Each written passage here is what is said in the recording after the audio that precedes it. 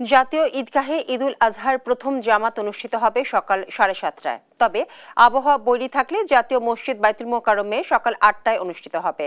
বৃহস্পতিবার জাতীয় ঈদগাহর সার্বিক পরিস্থিতি পরিদর্শন করেন ঢাকা দক্ষিণ সিটি কর্পোরেশনের প্রশাসক মোহাম্মদ শাহজাহান মিয়া।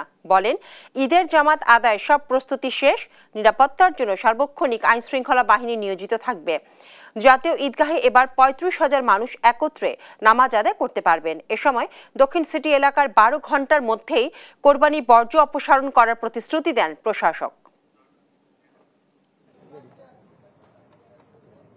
ঈদুল আজহা উপলক্ষে জাতীয় ঈদগাহে যে ঈদের জামাত অনুষ্ঠান তার সকল প্রস্তুতি আমরা সম্পন্ন করেছি। ঈদের জামাত আমাদের সকাল 7:30টায় শুরু হবে এখানে।